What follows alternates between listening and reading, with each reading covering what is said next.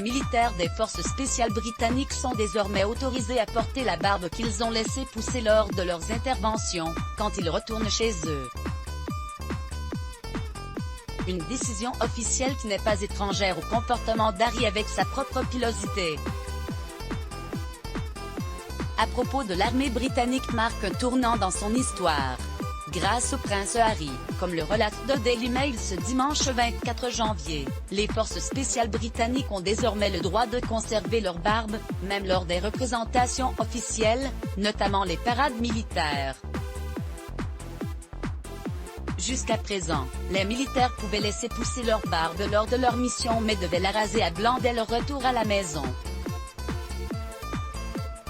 Si l'armée britannique a autorisé cet assouplissement du protocole, c'est probablement en raison de l'attitude du prince Harry, très attaché à sa propre pilosité faciale.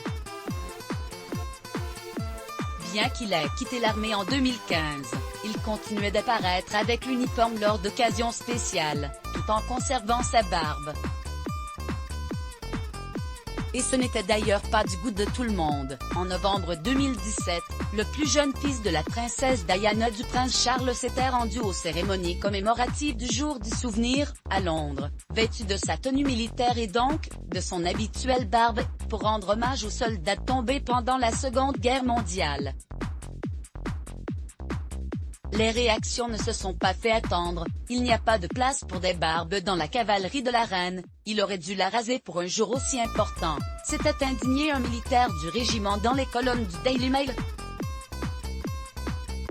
En effet, seules quelques conditions permettaient à l'époque de conserver sa pilosité, si le soldat avait une maladie de peau ou des convictions religieuses.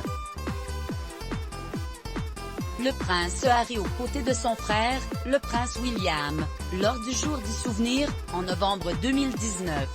Express Syndication bestimagné la bénédiction de la reine Elisabeth alors. Accepter le port de la barbe, un signe de modernité? Je pense que l'exemple d'Harry a compliqué le fait de résister à ce changement. C'est une décision qui tombe sous le sens, a estimé un vétéran des forces spéciales auprès de The Express, rapporte The Daily Mail. Le prince Harry n'avait pas non plus fait d'exception pour son mariage avec l'actrice américaine Meghan Markle, un événement majeur dans l'histoire de la couronne britannique retransmis sur les écrans du monde entier. À cette occasion, le duc de Sussex s'était présenté à la foule avec son costume militaire et sa barbe fournie, comme à son habitude. Bien sûr, il avait reçu, au préalable, la bénédiction de sa grand-mère la reine Elisabeth. Sa Majesté la reine a donné la permission au prince Harry de se marier dans son uniforme, avait fait savoir le palais dans un communiqué officiel. Depuis qu'il a renoncé à ses fonctions royales, le prince Harry s'est également vu retirer de ses responsabilités militaires.